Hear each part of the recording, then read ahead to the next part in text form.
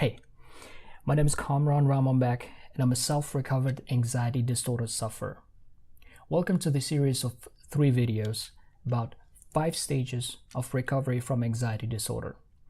Each one is packed with life-changing insights that you can put into action right away. You'll watch a total of 3 videos where I'm going to tell you my story of recovery that came in 5 stages. Each stage will be followed by 2 lists: what to do to move to the next stage and what prevents progress. Stage 1. Misery. I was born in a tiny country in Central Asia named Tajikistan and moved to the US for studies when I turned 18. My first destination was Montana, and then I decided to move to the Big Apple, that is New York City. Now, moving to the big city may not be the best decision for your mental health, and it was something that I had to learn the hard way. My first panic attack happened out of blue on the full train right in the middle of Brooklyn Bridge. My heart started beating out of my chest as my head felt like it was about to explode. I was completely convinced that it was the finish line. Now, fortunately, I was wrong. I rushed out of the train at the next station and took a cab back home. It sounds ridiculous now, but I didn't go to the hospital right away because I didn't want to hear that I have cancer or heart disease. I thought it was best to go home and whatever happens, happens. The moment I got home, I locked myself in and lay in my bed waiting for something terrible to happen until I eventually fell asleep. I woke up a few hours later with a heavy cloud of fear in my head, something I never had before. I finally decided to face reality and go to the hospital. After a full checkup, I was told that there's absolutely nothing wrong with me physically and that I have anxiety disorder. The fact that it wasn't something serious gave me a huge relief and even some hope.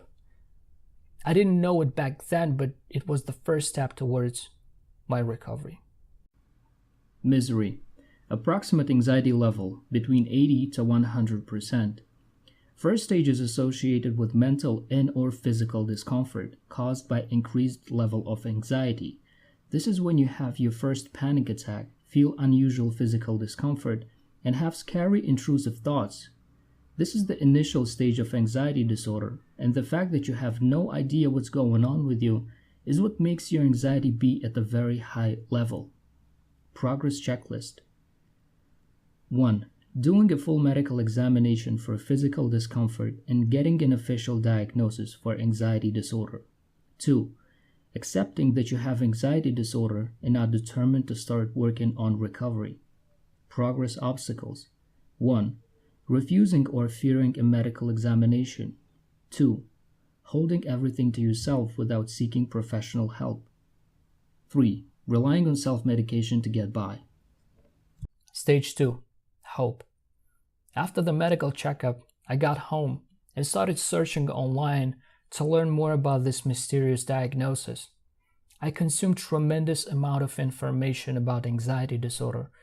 Now, my deep search, inspired by my intense fear, led to withdrawal from social life as my agoraphobia and panic attacks got stronger. Every single trip outside was followed by a panic attack or a series of them. At some point, I averaged 5 panic attacks a day. My list of symptoms got a lot more extensive as well. Palpitations, dizziness, derealization, difficulty swallowing, racing mind, intrusive thoughts, to name just a few. But my main concern was my heart. Symptoms like pounding heartbeat, tightness in the chest, shortness of breath, even physical weakness were instant triggers to my panic. But I kept searching, and as I learned more about anxiety, I started trying different approaches and techniques. I tried hypnosis, meditation, prayer, dieting, fasting, exercising, eating healthy, you name it. I've read a lot of books on psychology, philosophy, spirituality to understand the reason behind my suffering. Now, I could not afford a therapy as a full-time student, and fear of stigma prevented me from going to student counseling. My parents were thousands of miles away, and I never told them about my struggle with anxiety because back home, mental health is a very conservative topic. So I had to work with whatever I had. And I started practicing different approaches. Failing was part of my everyday life. And at the lowest point in my journey, I even contemplated suicide. But somewhere deep inside, I knew that I will find the way out of this. Hope. Approximate anxiety level between 60 to 100%. Second stage is associated with learning about anxiety disorder through different sources and trying coping techniques to deal with it. At this stage, people tend to rely heavily on external support of friends, family, anxiety forums as a source of hope. As a result, limited level of comfort is acquired. Anxiety level drops slightly but tends to go high quite often. Progress checklist. 1. Learning basics of anxiety disorder. 2. Gaining hope after initial scare of anxiety disorder. Progress obstacles. 1. Relying heavily on support of people who don't know how to end anxiety disorder. 2. Getting information from a lot of different sources that may trap you into analysis paralysis and prevent you from taking action. 3. Visiting anxiety websites and forums filled with hopelessness and complaints about symptoms. For example, you may read something like, "I had it for X amount of years, tried everything, and nothing has helped me." 4. Obsessively checking symptoms, like checking blood pressure with blood pressure machine, measuring heart rate, controlling breathing, and other behaviors.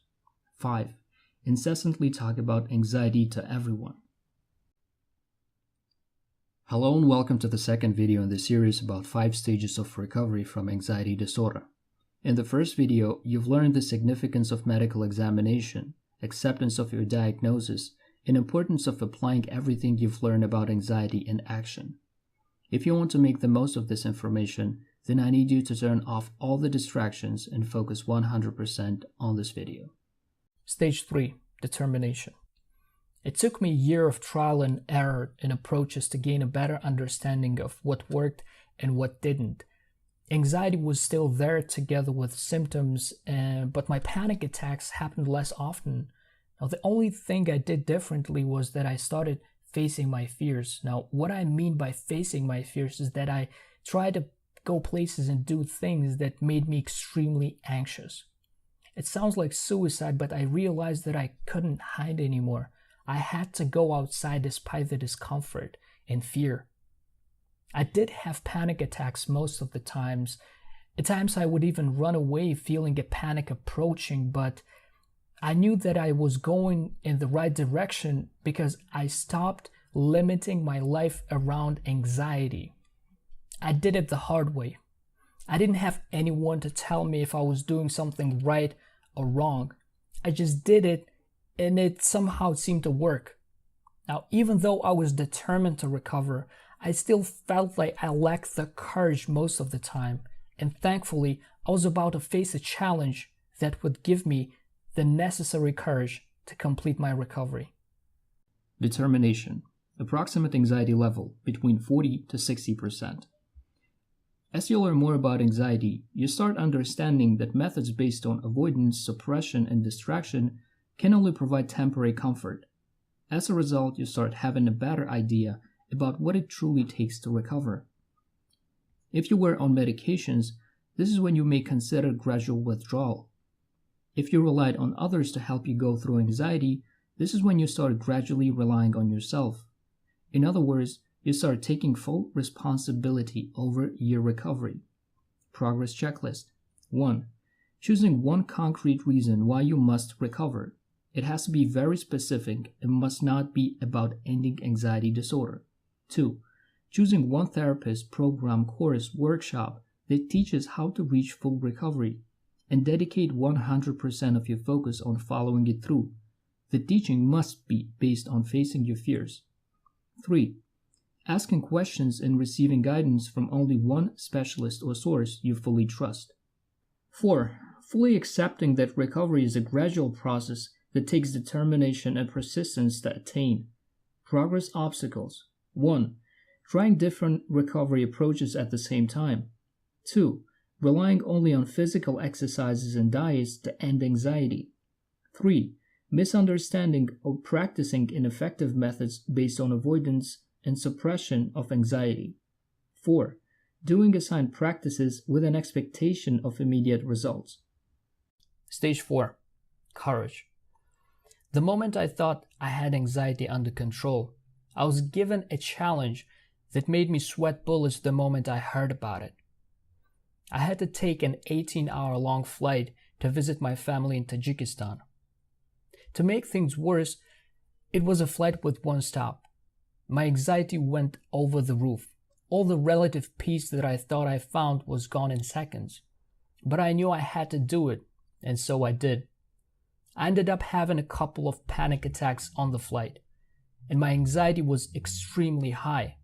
But this decision ended up being the most important one on my journey to recovery, because it gave me the courage of not limiting my life around anxiety. It made me fully realize that panic attacks and anxiety symptoms cannot kill me. Unfortunately, finding the courage and fully realizing harmlessness of anxiety disorder didn't magically end anxiety right there. But that full realization gave me confidence in what I already did, which was facing my fears. And I started doing it with increased intensity.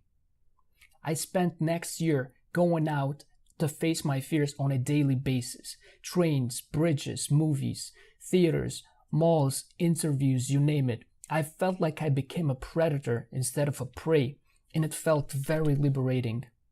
I was hunting down my fears one by one and tearing them apart with my newly found confidence and courage. I stopped expecting recovery and just did what I enjoyed, which is not allowing my anxiety to control my life. And then one day, I woke up, and for the first time in the last few years, I noticed something different. There was no heavy cloud of anxiety in my head. It was an amazing feeling to be liberated from the tyranny of anxiety disorder. My new life, without the discomfort of symptoms, felt like I reached spiritual enlightenment. I cherished every moment of every day for about a month. But when life returned back to normal, I noticed that I started doubting if anxiety returns. Courage. Approximate anxiety level between 20 to 40%. As you start consistently implementing practices from the method of your choice, or simply go out to face your fears, you gain deeper understanding of anxiety, which leads you to recovery. Your confidence slowly expands as panic attacks are entirely gone, and only slight signs of discomfort occasionally surface. However, you still fear that anxiety will somehow return, and that deep sense of doubt is what prevents you from enjoying your freedom from anxiety to the fullest. Progress checklist. 1. Stop expecting recovery. Focus on not allowing anxiety to control your life. 2. Recognizing and accepting that you still have doubt about anxiety disorder returning. 3. Continue doing assigned practices on a consistent basis until doubt is completely gone. Progress obstacles. 1. Stop practices in self-development after discomfort is gone. 2. Holding a false belief that you can't completely end anxiety disorder. 3. Falling back into old anxiety-inducing habits. Hello and welcome back to the series of 3 videos about 5 stages of recovery from anxiety disorder. In the last video, you've learned why you should stick to only one method of recovery, why recovery is a gradual process, why you should focus on not allowing anxiety to control your life instead of expecting recovery, and why you should recognize and accept that you still have doubt about anxiety disorder returning. Now, once again, I need you to focus 100% on this video because it has life-changing information. Stage 5. Freedom. Having a huge experience with anxiety disorder, I knew that what if is another word for anxiety, so I could not afford to have what if anxiety disorder returns scenario in my life. I started digging deeper into my habits and routines to see what exactly causes me to have inner tension and what made me anxious daily. Through meditation and mindfulness, I found out that I had a lot of inner tension coming from different relationships in my life, but most importantly, I noticed that I still had a lot of negative negative self-talk. I was still getting angry a lot, easily offended, felt guilty for minor things, got ashamed for something I did wrong, had a lot of envy in me, and still felt anxious over little things outside of my control. I saw how all of these emotions were adding to my inner tension and stealing the joy and peace from my life while keeping me anxious. I kept going out and seeking my anxiety and remove the doubt.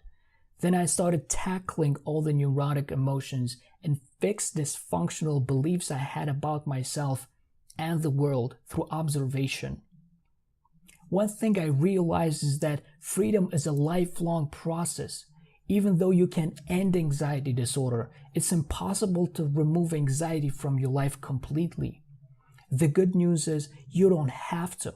All you have to do is remove specifically what prevents you from enjoying your life to the fullest.